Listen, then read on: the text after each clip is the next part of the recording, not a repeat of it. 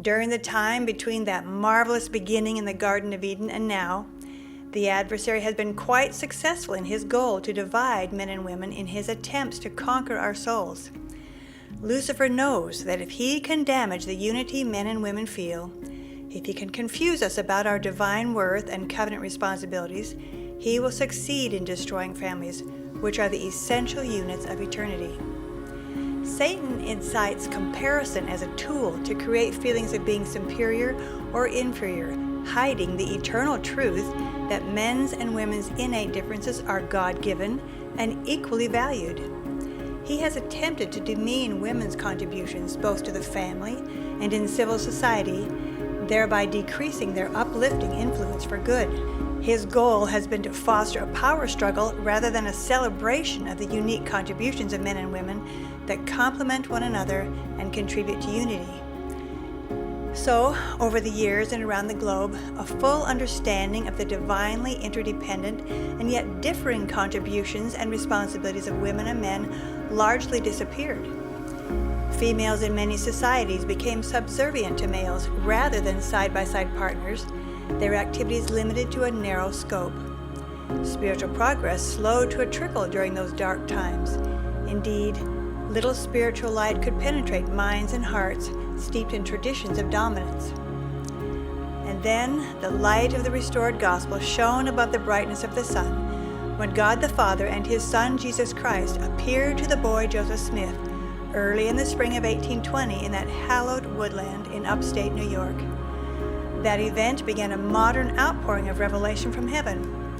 One of the first elements of Christ's original church to be restored was the authority of the priesthood of God.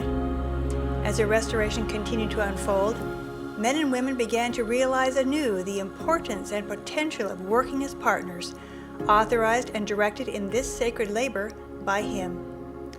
In 1842, when the women of the fledgling church wanted to form an official group to help in the work, President Joseph Smith felt inspired to organize them under the priesthood after the pattern of the priesthood. He said, "I now turn the key to you in the name of God. This is the beginning of better days." And since that key was turned, educational, political, and economic opportunities for women have begun to gradually expand throughout the world. Becoming more in tune with the divine pattern and working together in unity is critical in this day of me-first messages that surround us. Women do possess distinctive divine gifts and are given unique responsibilities, but those are not more or less important than men's gifts and responsibilities. All are designed and needed to bring about Heavenly Father's divine plan to give each of His children the best opportunity to fulfill his or her divine potential. Today, we need women who have the courage and vision of our Mother Eve to unite with their brethren in bringing souls into Christ. Men need to become true partners rather than assume they are solely responsible or act as pretend partners while women carry out much of the work.